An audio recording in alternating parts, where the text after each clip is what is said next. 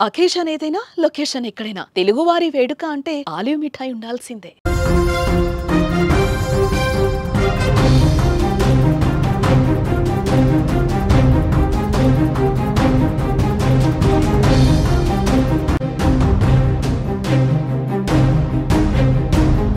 సందులో సడేమియాగా మారిపోయాడు అమెరికా అధ్యక్షుడు డొనాల్డ్ ట్రంప్. భారత్ పాక్ యుద్ధాన్ని నేనే ఆపానంటూ, అణుయుద్ధాన్ని అడ్డుకున్నానంటూ గొప్పలు చెప్పుకున్నాడు ఇవాళ డొనాల్డ్ ట్రంప్.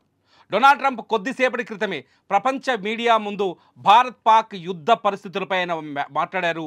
భారత్ పాక్ యుద్ధాన్ని ఆపింది నేనే అని గొప్పగా తొడలు కొట్టుకున్నాడు, జబ్బలు చర్చాడు. నిజానికి డొనాల్డ్ ట్రంప్ ఆదేశాలతో భారత్ యుద్ధాన్ని ఆపలేదు. పాకిస్తాన్ వెళ్ళి ట్రంప్ కాళ్ళ మీద పడితే అప్పుడు ట్రంప్ భారత్ని సంప్రదించారు. ఈ విషయం పైన భారత్ పాకిస్తాన్ మధ్య ఉద్రిక్తతలు చెలరేగిన మొదటి రోజు నుంచే అమెరికా రకరకాల నాటకాలు డ్రామాలు ఆడింది భారత్ పాక్ విషయంలో. చాలా స్పష్టంగా అమెరికా ఉపాధ్యక్షుడు జేడీ వాన్స్ ఎప్పుడైతే పహల్గామ్ దాడి జరిగిందో ఏప్రిల్ 22వ తేదీన భారత్లో, ఆ రోజు భారత్లోనే తన భార్య ఉషాతో కలిసి జేడీ వాన్స్ పర్యటనలో ఉన్నారు. ఆయన తాజ్ మహల్ ముందు ఫోటోలు తీసుకుంటూ ఉంటే పహల్గామ్లో ఉగ్రవాదులు కాల్పులు జరిపారు అమాయక టూరిస్టుల పైన. అయితే జేడీ వాన్స్ మొదట చాలా స్పష్టంగా చెప్పారు, ట్రంప్ కూడా చాలా స్పష్టంగా చెప్పాడు, పహల్గామ్ దాడులు మానవత్వంపై జరిగిన దాడి అని. ఉగ్రవాదం అంతం కావాలి, ఉగ్రవాదంపై పోరాటం చేస్తున్న భారత్కి మద్దతు ఇస్తామని డొనాల్డ్ ట్రంప్ చెప్పారు. జేడీ వాన్స్ కూడా చాలా స్పష్టంగా చెప్పారు, భారత్ పాకిస్తాన్ మధ్య జరుగుతున్న యుద్ధంలో మేము జోక్యం చేసుకోబోమని, రెండు దేశాలకు ఆయుధాలని వదిలేయమని కూడా ఆదేశాలు ఇవ్వలేమని చెప్పుకొచ్చారు. ఇంత పెద్ద స్టేట్మెంట్ ఇచ్చిన తర్వాత ఊహించని విధంగా డొనాల్డ్ ట్రంప్ రెండు దేశాల విదేశాంగ శాఖలతో మాట్లాడారు. ఇది వాస్తవమే, కానీ సీజ్ ఫైర్ ట్రంప్ వ్యాఖ్యలతో రాలేదు, పాకిస్తాన్ పిరికితనంతో వచ్చిందని ప్రపంచం మొత్తానికి తెలుసు. అయినప్పటికీ డొనాల్డ్ ట్రంప్ ఈ ప్రకటన చేసినప్పటికీ కూడా భారత ప్రధానమంత్రి మోదీ చాలా స్పష్టత ఇచ్చారు. పాకిస్తాన్తో చర్చలంటూ ఉంటే సీజ్ ఫైర్ పైన ఉండవు, పాకిస్తాన్తో చర్చలంటూ ఉంటే ఉగ్రవాదం అంతం పైన ఉంటాయి, పాకిస్తాన్తో చర్చలంటూ ఉంటే పీవీకే పైన ఉంటాయని చాలా స్పష్టంగా చెప్పారు. ఈ విషయంలో ఒక అడుగు ముందుకేసి డొనాల్డ్ ట్రంప్ మరో గొప్ప చెప్పుకున్నారు. ఏంటంటే కశ్మీర్లో రెండు దేశాల మధ్య మేము సంధికి వస్తాము, సంధి కుదిర్చేందుకు ప్రయత్నం చేస్తామని డొనాల్డ్ ట్రంప్ చాలా స్పష్టంగా ద్వంద్వ నీతిని ప్రదర్శిస్తున్నట్టుగా అర్థమవుతోంది. పాకిస్తాన్లో వ్యాపారాన్ని వదులుకునే ఉద్దేశం ట్రంప్కి లేదని, అట్ ది సేమ్ టైం భారత్లో కూడా తమ వ్యాపారాన్ని వదులుకునే ఉద్దేశం లేదు. కానీ ట్రంప్ ఇవాళ చేసిన వ్యాఖ్యలో ఒక కీలకమైన అంశం కనిపించింది. ఒకవేళ సీజ్ ఫైర్కి మీరు అంగీకరించకపోతే రెండు దేశాల్లో వాణిజ్య సంబంధాలు తెంచుకుంటామని ట్రంప్ బెదిరించానని ప్రపంచ వేదిక పైన చెప్పుకున్నారు.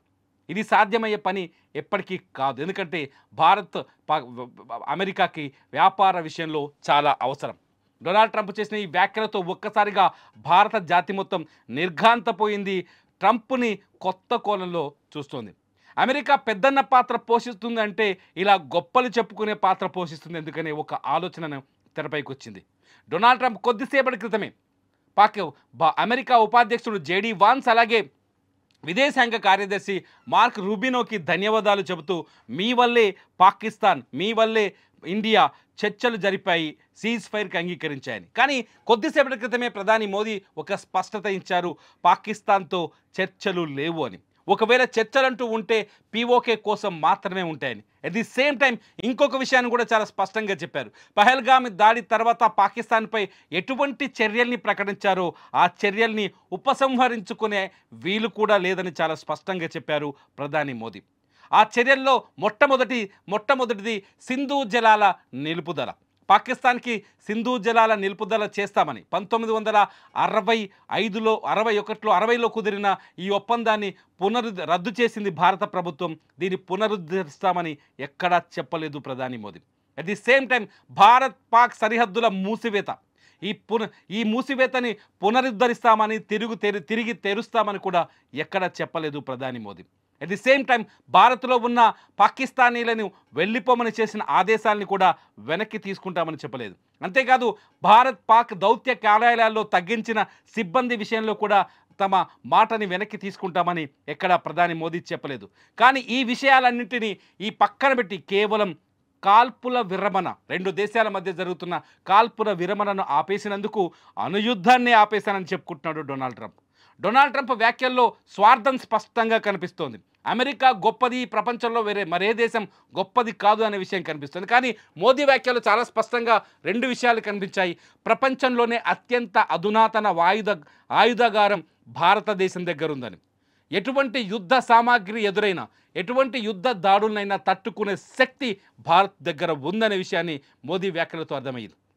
ఏది ఏమైనా డొనాల్డ్ ట్రంప్ తను చేసిన చిన్న సాయాన్ని అతిపెద్ద సాయంగా ప్రపంచ వేదికలపైన చూపించుకునే ప్రయత్నం చేశారు. కానీ ఇదే డొనాల్డ్ ట్రంప్ ఏ చైనానైతే వ్యతిరేకిస్తూ ఉంచాడో ఆ చైనాతోనే ఇవాళ వాణిజ్య ఒప్పందాన్ని దొంగదారిలోనే కుదుర్చుకున్నాడు. ఏ చైనా అయితే పాకిస్తాన్కి మద్దతు ఇస్తుందో ఆ చైనాతోటి వాణిజ్య ఒప్పందాల విషయంలో తలొగ్గాడు డొనాల్డ్ ట్రంప్.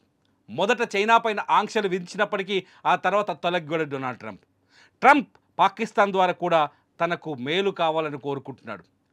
ఎందుకంటే ఈ మధ్య చర్చ జరుగుతోంది, అమెరికా ఆర్థిక వ్యవస్థ అస్తవ్యస్తంగా ఉందని. అమెరికాలో ఉన్న మన సాఫ్ట్వేర్ ఇంజనీర్లందరూ ఆ దేశాన్ని వదిలి భారతదేశానికి వచ్చే ప్రయత్నాల్లో ఉన్నారని.